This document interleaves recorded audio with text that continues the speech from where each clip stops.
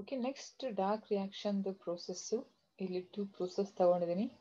ಒಂದು camp pathway ಅಂತ, ಅದು ನಿಮಗೆ ಬೋರ್ಡ್ ಸಿಲೆಬಸ್ಸಲ್ಲಿ ಇಲ್ಲ, ಬಟ್ ಕಾಂಪಿಟೇಟಿವ್ ಎಕ್ಸಾಮ್ಸ್ಗೆ ಬೇಕಾಗುತ್ತೆ ಮತ್ತು ನೆಕ್ಸ್ಟ್ ಇಯರ್ ಕೂಡ ಬೇಕಾಗುತ್ತೆ. Next one C2 cycle. ಇವೆರಡು ಪಾತ್ವೆನ ಈ ಒಂದು ವಿಡಿಯೋದಲ್ಲಿ ಎಕ್ಸ್ಪ್ಲೈನ್ ಮಾಡ್ತೀನಿ. Okay, let's start the CAMP pathway and the C2 cycle. CAMP pathway and the C2 cycle are the remaining 2 pathways of dark reaction. ಯಾವ್ಯಾವಲ್ಲಿ ಈ ಥರದ್ದು ಕ್ಯಾಂಪ್ ಪಾತ್ವೆ ಮತ್ತು C2 ಸೈಕಲ್ ನಡೆಯುತ್ತೆ, ಅವುಗಳ ಸಿಗ್ನಿಫಿಕೆನ್ಸ್ ಏನಂತ ನೋಡೋಣ. First one camp pathway. ಯಾಕೆ camp pathway ಅಂತ ಕರಿತೀವಿ ಅಂದರೆ, ಕ್ರಸುಲೇಸಿ ಅಂತ ಒಂದು ಫ್ಯಾಮಿಲಿ ಇದೆ ಪ್ಲಾಂಟ್ಸ್ ಅಲ್ಲಿ. ಆ ಫ್ಯಾಮಿಲಿ ಮೆಂಬರ್ಸ್ ಅಲ್ಲಿ ಈ ಸೈಕಲ್ ನಡೆಯೋದ್ರಿಂದ, ಫಸ್ಟ್ ಐಡೆಂಟಿಫೈ ಮಾಡಿದ್ರಿಂದ ಕೂಡ ಇದನ್ನ ಕ್ಯಾಂಪ್ ಪಾತ್ವೆ ಅಂತ ಕರಿತೀವಿ. ಇಲ್ಲಿ ಆಕ್ಸಿಡೇಷನ್ ಮತ್ತೆ ಡಿಆಕ್ಸಿಡೇಷನ್ ಆಗೋದ್ರಿಂದ ಇದನ್ನ ಆಸಿಡ್ ಮೆಟಬಾಲಿಸಮ್ ಅಂತ ಕೂಡ ಕರಿತೀವಿ. ಕ್ಯಾಂಪ್ ಪಾತ್ವೆ ಅಂತ ಅಂದ್ರೆ full form. Okay, it's a dark reaction where the carbon dioxide fixation is proposed by Ting ಅನ್ನೋರು ಪ್ರಪೋಸ್ ಮಾಡ್ತಾರೆ ಇದನ್ನ 1971 ನಲ್ಲಿ. ಇದಕ್ಕೆ ಕ್ರಸುಲೇಸಿಯನ್ ಆಸಿಡ್ ಮೆಟಬಾಲಿಸಮ್ ಪಾತ್ವೆ ಅಂತ ಕೂಡ ಕರಿತೀವಿ. ಯಾಕಂದ್ರೆ ಫಸ್ಟ್ ಐಡೆಂಟಿಫೈ ಮಾಡಿದ್ದು ಅಂದ್ರೆ most of the species of crassulaceae ಫ್ಯಾಮಿಲಿಯಲ್ಲಿ ಕ್ಯಾಂಪ್ ಪಾತ್ವೆ ಆಗುತ್ತೆ. ಹಾಗಾಗಿ ಮತ್ತೆ ಇಲ್ಲಿ ಆಸಿಡ್ ಫಾರ್ಮೇಶನ್ ಮತ್ತೆ ಡಿಅಸಿಡಿಫಿಕೇಶನ್ ಆಗೋದ್ರಿಂದ ಇದನ್ನ ಆಸಿಡ್ ಮೆಟಬಾಲಿಸಮ್ ಅಂತ ಕೂಡ ಕರಿತೀವಿ. Okay, it operates in succulent fleshy plants ಅಂದ್ರೆ ಜಾಸ್ತಿ ಝೀರೋಫೈಟ್ಸ್ ಅಲ್ಲಿ ಆಗುತ್ತೆ ಕ್ಯಾಂಪ್ ಪಾತ್ವೆ. ಯಾವ್ಯಾವಲ್ಲ ಅಂದ್ರೆ ಕೊಲಾಂಚೆ, ಇದು ಕೊಲಾಂಚೆಲಿ, ಮತ್ತೆ ಕ್ರಾಸುಲಾ, ಮತ್ತೆ ಸೆಡಮ್, ಮತ್ತೆ ಒಪನ್ಶಿಯಾ, ಮತ್ತೆ ಆಲುವಿರಾ, ಮತ್ತೆ ಅಗೇವ್ ಕತ್ತಳೆ ಗೊತ್ತಲ್ವಾ, ಮತ್ತೆ ಇಫೋರ್ಬಿಯಾ ಫ್ಯಾಮಿಲೀಸ್, ಇದು ಜಡೆಕಳ್ಳಿ ಅಂತ ಹೇಳ್ತೀವಲ್ವಾ ಆ ಥರದ್ದು, ಮತ್ತೆ ಬ್ರಯೋಫಿಲಮ್ ಲೀಫ್ ಎಡ್ಜ್ ಇಂದ ಮತ್ತೆ ಲೀಫ್ ಫಾರ್ಮೇಶನ್ ಆಗುತ್ತೆ ನೋಡಿ ಅದು, ಮತ್ತೆ ಪೈನಾಪಲ್, ಇದು ಝೀರೋಫೈಟ್ಸ್ಗೆ ಬರುತ್ತೆ, ಒಂದು ಕ್ರಸುಲೇಸ್ ಅಂದ್ರೆ ಸಕ್ಯುಲೆಂಟ್ ಪ್ಲಾಂಟ್ಸ್ ಅಲ್ವಾ ಹಾಗಾಗಿ. ಮತ್ತೆ ವೆಲ್ವಿಸ್ಚಿಯಾ ಅನ್ನೋದು ಜಿಮ್ನೋಸ್ಪಮ್, ಅವುಗಳಲ್ಲಿ ಕೂಡ ನೋಡಿ ಇದೊಂದು ಇಷ್ಟು ದೊಡ್ಡ ಲೀಫ್ ಫಾರ್ಮೇಶನ್ ಆಗುತ್ತೆ, ಕೋನ್ಸ್ ನೋಡಿ ಈ ತರ ಫಾರ್ಮೇಶನ್ ಆಗುತ್ತೆ, ಇದೊಂದು ಜಿಮ್ನೋಸ್ಪಮ್ ವೆಲ್ವಿಸ್ಚಿಯಾ ಅಂತ. ಓಕೆ, ಇವಿಷ್ಟು ಪ್ಲಾಂಟ್ಸ್ ಅಲ್ಲಿ ಕ್ಯಾಂಪ್ ಪಾತ್ವೆ ನಡೆಯುತ್ತೆ. ಎಲ್ಲಿ ನಡೆಯುತ್ತೆ ಅಂತ ಹೇಳಿದ್ವಿ ನಾವು, ಸಕ್ಯುಲೆಂಟ್ ಅಥವಾ ಇವೆಲ್ಲ ನಾವ್ ಏನ್ ಹೇಳಿದ್ವಲ್ಲ ದೇ ಆರ್ ಝೀರೋಫೈಟ್ಸ್. ಏನು ಝೀರೋಫೈಟ್ಸ್ ಅಂತ ಅಂದ್ರೆ ಡೆಸರ್ಟ್ ಪ್ಲಾಂಟ್ಸ್ಗೆ ನಾವೇನಂತ ಕರಿತೀವಿ, ಝೀರೋಫೈಟ್ಸ್ ಅಂತ ಕರಿತೀವಿ.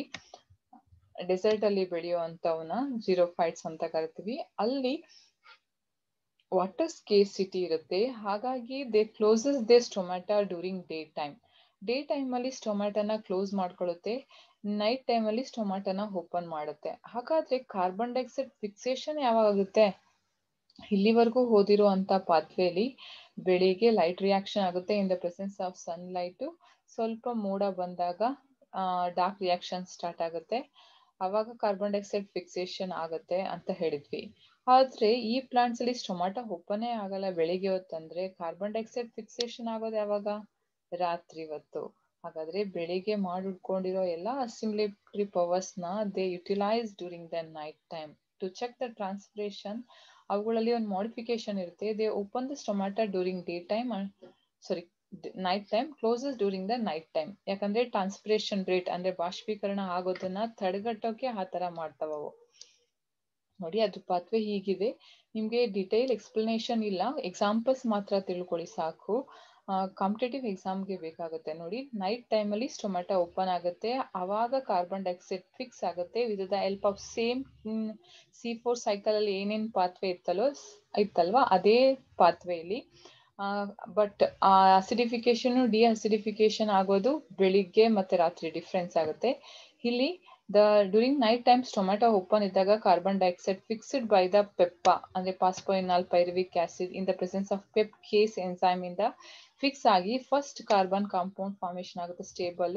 ಅದು 4 ಕಾರ್ಬನ್ ಸೇಮ್ C4 ಪಾತ್ವೆನೆ ಆಕ್ಸಲೋ ಅಸಿಡಿಕ್ ಆಸಿಡ್ ಫಾರ್ಮೇಶನ್ ಆಗುತ್ತೆ, where it undergo like oxidation to produce malic acid. ಏನ ಪ್ರೊಡ್ಯೂಸ್ ಮಾಡುತ್ತೆ? ಮ್ಯಾಲಿಕ್ ಆಸಿಡ್ ನ. This malic acid diffuses in to the ಅಷ್ಟೇ ಮ್ಯಾಲಿಕ್ ಆಸಿಡ್ ಹಾಕಿ ಇಟ್ ಎಂಟರ್ಸ್ ಟು ದ ಏನ್ ಅವರು stomata ಇರುತ್ತಲ್ವಾ ಹಲ್ಲೊಳಗೆ ಹೋಗುತ್ತೆ. ಆವಾಗ ಸ್ಟೊಮ್ಯಾಟೊ ಅಲ್ಲ ವ್ಯಾಕ್ಯೂಲ್ ಒಳಗೆ ಎಂಟ್ರಿ ಆಗುತ್ತೆ. ವ್ಯಾಕ್ಯೂಲ್ ಅಲ್ಲಿ ಮ್ಯಾಲಿಕ್ ಆಸಿಡ್ ಜಾಸ್ತಿ ಹಾಕ್ತಿದ್ದಂಗೆನೆ ಗಾರ್ಡ್ ಸೆಲ್ಸ್ ಏನ್ ಮಾಡುತ್ತೆ, ಸ್ಟೊಮ್ಯಾಟೊನ ಓಪನ್ ಮಾಡುತ್ತೆ. ಆವಾಗ ಕಾರ್ಬನ್ ಡೈಆಕ್ಸೈಡ್ ಫಿಕ್ಸ್ ಆಗುತ್ತೆ. ಇನ್ನು ಬೆಳಿಗ್ಗೆ ಹಾಕ್ತಾ this malic acid is again reduced into pyruvic undergo decarboxylation ಆಗುತ್ತೆ. ಡಿಕಾರ್ಬಾಕ್ಸಿಲೇಷನ್ ಆಗಿ ಕ್ಯಾಲ್ವಿನ್ ಸೈಕಲ್ ನ ಫಾರ್ಮೇಶನ್ ಆಗುತ್ತೆ. ಮತ್ತೆ this malic acid converted into pyruvic acid. This pyruvic acid utilised to regeneration to form a phosphoenol pyruvic acid. ಯಾವಾಗ stomata ಏನಾಗಿರುತ್ತೆ, close ಆಗಿರುತ್ತೆ. ಅವಾಗ carbon dioxide fixation ಆಗಲ್ಲ. ಏನ್ ಮ್ಯಾಲಿಕ್ ಆಸಿಡ್ ಡಿಕಾರ್ಬಾಕ್ಸಿಲೇಷನ್ ಆಗಿ ಅದ್ರಲ್ಲಿರೋ ಕಾರ್ಬನ್ ಡೈಆಕ್ಸೈಡ್ ನ ಅದೇನ್ ಮಾಡುತ್ತೆ, ಶುಗರ್ ಸಿಂಥಸಿಸ್ ಅಲ್ಲಿ ಯುಟಿಲೈಸ್ ಮಾಡ್ಕೊಳ್ಳುತ್ತೆ. ಇದಿಷ್ಟು camp pathway, same as C4 pathway, but the night ಮತ್ತೆ ಡೇ ಟೈಮ್ ಡಿಫ್ರೆನ್ಸ್ ಆಗುತ್ತೆ ಅಷ್ಟೇ ಇದ್ರಲ್ಲಿ. Next one C2 cycle, very important one. Photo respiration ಅಂತ ಕೂಡ ಕರಿತೀವಿ. Light in the presence of light plant respire ಅಂದ್ರೆ ಆಕ್ಸಿಜನ್ ಫಿಕ್ಸ್ ಮಾಡ್ಕೊಂಡು carbon dioxide ನ ರಿಲೀಸ್ ಮಾಡೋ ಪ್ರೋಸೆಸ್ ನ ಫೋಟೋ ರೆಸ್ಪಿರೇಷನ್ ಅಂತ ಕರಿತೀವಿ. ಇಲ್ಲಿ first stable compound 2 carbon compound ಆಗಿರೋದ್ರಿಂದ ಇದನ್ನ C2 ಸೈಕಲ್ ಅಂತ ಕರಿತೀವಿ. The respiration which takes place in the photosynthetic tissue in the presence of sunlight by absorbing carbon dioxide and releasing carbon dioxide is called photorespiration. Absorbing oxygen and releasing carbon dioxide is called photorespiration ಅಥವಾ glycolate pathway. ಈ ತರ ಕೇಳ್ತಾರೆ. Another name for ಗ್ಲೈಕೋಲೇಟ್ pathway ಅಂತ. ಯಾವುದು ಗ್ಲೈಕೋಲೇಟ್ಗೆ ಇನ್ನೊಂದು ಹೆಸರು C2 cycle ಅಥವಾ photorespiration. It is also known as photosynthetic carbon oxidation cycle, PCO. PCR ಅಂತ ಅಂದ್ರೆ photosynthetic carbon reduction ಯಾವ್ದ್ರಲ್ಲಾಗುತ್ತೆ, C3 cycle ಆಗುತ್ತೆ. C2 ಸೈಕಲ್ ಕಾರ್ಬನ್ ಆಕ್ಸಿಡೇಷನ್ ಆಗುತ್ತೆ, ಹಾಗಾಗಿ ಅದನ್ನ PCO ಸೈಕಲ್ ಅಂತ ಕರಿತೀವಿ. C2 ಸೈಕಲ್ ಅಲ್ಲಿ photo respiration takes place in C3 plants. ಎಲ್ಲಿ ನಡೆಯುತ್ತೆ ಫೋಟೋ ರೆಸ್ಪಿರೇಷನ್? C3 ಪ್ಲಾಂಟ್ಸ್ ಅಲ್ಲಿ ನಡೆಯುತ್ತೆ, not in the C4 plants. ಯಾಕೆ ಅಂತ ನಾನು ಲಾಸ್ಟ್ ವಿಡಿಯೋದಲ್ಲಿ ಹೇಳಿದ್ದೀನಿ. C4 ಪ್ಲಾಂಟ್ಸ್ ಅಲ್ಲಿ ಬಿಕಾಸ್ ಸಮ್ ಟೈಮ್ಸ್ ರುಬಿಸ್ಕೋ ಅಂತ ಏನ್ ಎನ್ಸೈಮ್ ಇರುತ್ತಲ್ವಾ, ದಿಸ್ ರುಬಿಸ್ಕೋ ಹ್ಯಾವಿಂಗ್ 2 ಕಾಂಪ್ಲೆಕ್ಸಸ್, ಒಂದು ಕಾರ್ಬಾಕ್ಸಿಲೇಸ್ ಇನ್ನೊಂದು ಆಕ್ಸಿಜಿನೇಸ್ ಅಂತ 2 ಎನ್ಸೈಮ್ ಕಾಂಪ್ಲೆಕ್ಸ್ ಇಂದ ಫಾರ್ಮೇಶನ್ ಆಗುತ್ತೆ. ಒಂದ್ ಸ್ವಲ್ಪ ಅಟ್ಮಾಸ್ಫಿಯರ್ ಅಲ್ಲಿ ಕಾರ್ಬನ್ ಡೈಆಕ್ಸೈಡ್ ಕಾನ್ಸಂಟ್ರೇಷನ್ ಕಮ್ಮಿ ಆಗ್ತಿದ್ದಂಗೆನೆ ಆಕ್ಸಿಜಿನೇಸ್ ಅಂತ ಎನ್ಸೈಮ್ ಏನ್ ಮಾಡುತ್ತೆ, ಆಕ್ಟಿವೇಟ್ ಆಗುತ್ತೆ. The rubisco is more affinity towards the oxygen than the carbon dioxide. ಹಾಗಾಗಿ it fixes oxygen by RUBP instead of carbon dioxide. ಹಾಗಾಗಿ ಏನು this takes place only when oxygen concentration more than the carbon dioxide concentration. ಆವಾಗ this ರುಬಿಸ್ಕೋದಲ್ಲಿ ಆಕ್ಸಿಜನೇಸ್ enzyme activate ಆಗಿ carbon dioxide ಬದಲು oxygen fix ಮಾಡ್ಕೊಳ್ಳುತ್ತೆ, carbon dioxide ನ release ಮಾಡುತ್ತೆ. ಆವಾಗ photosynthesis product ಏನಾಗುತ್ತೆ, ಯೀಲ್ಡಿಂಗು ಕಮ್ಮಿ ಆಗುತ್ತೆ. There takes place in 3 organelles. Photorespiration takes place in first chloroplast ಅಲ್ಲಿ, ಆಮೇಲೆ ಪೆರಾಕ್ಸಿಸೋಮ್ ಅಲ್ಲಿ, ಆಮೇಲೆ ಮೈಟೊಕಾಂಡ್ರಿಯಾದಲ್ಲಿ. CPM ಅಂತ ನೆನ್ಪಿಟ್ಕೊಳ್ಳಿ. ಕೇಳ್ತಾರೆ ಇದನ್ನು ಇದು ಹಾರ್ಡ್ ಆಗಿ ಬರೀರಿ ಅಂತ. CPM ಅಂದ್ರೆ C ಅಂದ್ರೆ ಕ್ಲೋರೋಪ್ಲಾಸ್ಟ್, P ಅಂದ್ರೆ ಪೆರಾಕ್ಸಿಸೋಮ್, M ಅಂದ್ರೆ ಮೈಟೊಕಾಂಡ್ರಿಯಾ. ಪೆರಾಕ್ಸಿಸೋಮ್ ಅನ್ನೋದು ಒಂದು ಆರ್ಗನೆಲ್ ಪ್ಲಾಂಟ್ಸ್ ಅಲ್ಲಿ ಇರುತ್ತೆ ಜಾಸ್ತಿ. Okay, it's a hydrolytic enzyme containing microbodies, small spherical bodies. ಅವುಗಳಲ್ಲಿ ರಿಚ್ ಹೈಡ್ರೋಲಿಟಿಕ್ ಎನ್ಸೈಮ್ಸ್ ಇರುತ್ತೆ ಪೆರಾಕ್ಸಿಸೋಮ್ಸ್ ಅಲ್ಲಿ. Okay, this a type of cell organelle, chloroplast, peroxisomes and mitochondria of the cell. ಅದ್ರದ್ದು schematic representation ನಾವು ನೋಡೋದಾದ್ರೆ ನೋಡಿ, ಇಲ್ಲಿ ರುಬಿಸ್ಕೋ ಎನ್ಸೈಮು ಕಾರ್ಬನ್ ಡೈಆಕ್ಸೈಡ್ ಬದಲು oxygen ನ ಫಿಕ್ಸ್ ಮಾಡ್ಕೊಳ್ಳುತ್ತೆ. It's a wasteful process and it produces thus ಏನ್ ಪ್ರಾಡಕ್ಟ್ ಏನ್ ಫಾರ್ಮೇಶನ್ ಆಗುತ್ತಲ್ಲ glycolic acid, it moves to the ಪೆರಾಕ್ಸಿಸೋಮ್ and then mitochondria, then where the mitochondriaದಲ್ಲಿ it it releases carbon dioxide, again it form phosphoglycerate. ATP ನ utilise ಮಾಡ್ಕೊಳ್ಳುತ್ತೆ, ಆದ್ರೆ ಎಲ್ಲೂ carbohydrate ನ food ನ synthesis ಮಾಡಲ್ಲ. ಹಾಗಾಗಿ it's a wasteful reaction for the plants. ಅದು photo respiration. ಸಾರಿ cam ಅಂತ ಬರ್ದ್ಬಿಟ್ಟಿದ್ದೀನಿ. ಇದು ಯಾವ ಪಾತ್ವೆ, ಇದು C2 ಸೈಕಲ್ ಬಗ್ಗೆ ಹೇಳ್ತಾ ಇದ್ದೀನಿ ನಾನು. ಓಕೆಪಾ, C2 ಸೈಕಲ್ ಅಥವಾ ಫೋಟೋ ರೆಸ್ಪಿರೇಷನ್. ನೋಡಿ, ದ ಡಿಟೇಲ್ಡ್ ಒನ್ನು ನಿಮ್ಗೆ ಕಾಂಪಿಟೇಟಿವ್ ಎಕ್ಸಾಮ್ ಅಲ್ಲಿ ಬೇಕಾಗುತ್ತೆ. ಇದು very important one. First one ಇದು ಕ್ಲೋರೋಪ್ಲಾಸ್ಟ್, ಇದು ಪೆರಾಕ್ಸಿಸೋಮು, ಇದು ಮೈಟೋಕಾಂಡ್ರಿಯಾ. 3 cells ಅಲ್ಲಿ the RUBP, it fixes oxygen with the help of oxygenase. The first primary carbon dioxide acceptor in the C2 cycle ಕೂಡ RUBP ನೇ. C4 cycle ಅಲ್ಲಿ ಮಾತ್ರ difference. PEPA is the primary carbon dioxide acceptor. Here it fixes oxygen in the presence of oxygenase enzyme to produce 2 carbon compound phosphoglycolic acid ಅಥವಾ phosphoglycolate. ಹಾಗಾಗಿ ಇದನ್ನ ಗ್ಲೈಕೋಲೇಟ್ cycle ಅಂತ ಯಾಕೆ ಕರಿತೀವಿ ಅಂದ್ರೆ, ಗ್ಲೈಕೋಲೇಟ್ ಫಾರ್ಮೇಶನ್ ಸೈಕ್ಲಿಕ್ ಮ್ಯಾನರ್ ಅಲ್ಲಿ ಆಗೋದ್ರಿಂದ ಇದನ್ನ ಗ್ಲೈಕೋಲೇಟ್ ಪಾತ್ವೆ ಅಂತ ಕೂಡ ಕರಿತೀವಿ. 2 carbon compound phosphoglycolic acid formation ಆಗುತ್ತೆ. Then it undergo hydration to produce glycolate. This glycolate moves to the peroxisome ಅನ್ನೋ ಸೆಲ್ ಆರ್ಗನೆಲ್ ಗೆ ಮೂವ್ ಆಗುತ್ತೆ, where it oxidase to form a glyoxylate. ಏನ್ ಪ್ರೊಡ್ಯೂಸ್ ಮಾಡುತ್ತೆ? ಗ್ಲೈಆಕ್ಸಿಲೇಟ್ ನ ಪ್ರೊಡ್ಯೂಸ್ ಮಾಡುತ್ತೆ. This glyoxylate undergo transamination. ಏನು glycolic acid ಏನಾಗುತ್ತೆ, glycolic acid formation ಆಗುತ್ತೆ ಅಥವಾ ಗ್ಲೈಆಕ್ಸಿಲೇಟ್ ಅಂತ ಕರಿತೀವಿ. ದಿಸ್ ಗ್ಲೈಆಕ್ಸಿಲೇಟ್ ಅಥವಾ glycolic acid with the help of glutamase undergo ಟ್ರಾನ್ಸ್ಅಮೈನೇಷನ್. ಗ್ಲೂಟಮೇಟ್ ಅಲ್ಲಿರೋ ಒಂದು ಅಮೈನೋ ಆಸಿಡ್ ಗ್ರೂಪ್ ನ, ಇದನ್ನ ವೆರಿ ಇಂಪಾರ್ಟೆಂಟ್ ಕೇಳ್ತಾರೆ, ಇದರಲ್ಲಿರೋ ಗ್ಲೂಟಮೇಟ್ ಅಲ್ಲಿರೋ ಅಮೈನೋ ಆಸಿಡ್ ಗ್ರೂಪ್ ನ ಇಟ್ ಟ್ರಾನ್ಸ್ಫರ್ ಟು ಗ್ಲೈಆಕ್ಸಿಲಿಕ್ ಆಸಿಡ್ ಅಥವಾ ಗ್ಲೈಆಕ್ಸಿಲೇಟ್ ಗೆ ಟ್ರಾನ್ಸ್ಫರ್ ಮಾಡುತ್ತೆ. ಅಮೈನೋ ಗ್ರೂಪ್ ಅಂದ್ರೆ NH3 ಗ್ರೂಪ್ ನ ಫಾರ್ಮ್ ಗ್ಲೈಸಿನ್ ಅನ್ನೋ ಅಮೈನೋ ಆಸಿಡ್ ನ ಫಾರ್ಮೇಶನ್ ಮಾಡುತ್ತೆ. This glycine move to the mitochondria. ಎಲ್ಲಿ ಮೂವ್ ಆಗುತ್ತೆ? ಮೈಟೋಕಾಂಡ್ರಿಯಾದಲ್ಲಿ. ವೇರ್ ಇಟ್ ಅಂಡರ್ಗೋ ಕಾರ್ಬನ್ ಅಂದ್ರೆ ಡಿಕಾರ್ಬಾಕ್ಸಿಲೇಷನ್ ಆಗುತ್ತೆ, ಅಂದ್ರೆ ಕಾರ್ಬನ್ ಡೈಆಕ್ಸೈಡ್ ನ ರಿಲೀಸ್ ಮಾಡೋದು. ನೋಡಿ, ಇಲ್ಲಿ ಆಕ್ಸಿಜನ್ ನ ತಗೊಂಡು ಏನ ರಿಲೀಸ್ ಮಾಡ್ತಾ ಇದೆ? ಕಾರ್ಬನ್ ಡೈಆಕ್ಸೈಡ್ ನ ರಿಲೀಸ್ ಮಾಡುತ್ತೆ. ಕಾರ್ಬನ್ ಡೈಆಕ್ಸೈಡ್ ರಿಲೀಸ್ ಆಗ್ತಿದೆ ಅಂದ್ರೆ ಇಲ್ಲಿ ATP ಪ್ರೊಡ್ಯೂಸ್ ಆಗಲ್ಲ. Instead of that it utilising ATP ಮತ್ತೆ NADH2 ಎರಡನ್ನ ಯುಟಿಲೈಸ್ ಮಾಡ್ಕೊಳ್ಳುತ್ತೆ. ಇಲ್ಲಿ ಮತ್ತೆ ಈ ಗ್ಲೈಸಿನ್ ಇದೆಯಲ್ವಾ, ದಿಸ್ ಗ್ಲೈಸಿನ್ ಅಂಡರ್ಗೋ ಗ್ಲೈಸಿನ್ ಅಲ್ಲಿರೋ ಇದನ್ನ ಏನದು NH3 ಫಾರ್ಮ್ ನ ರಿಲೀಸ್ ಮಾಡುತ್ತೆ.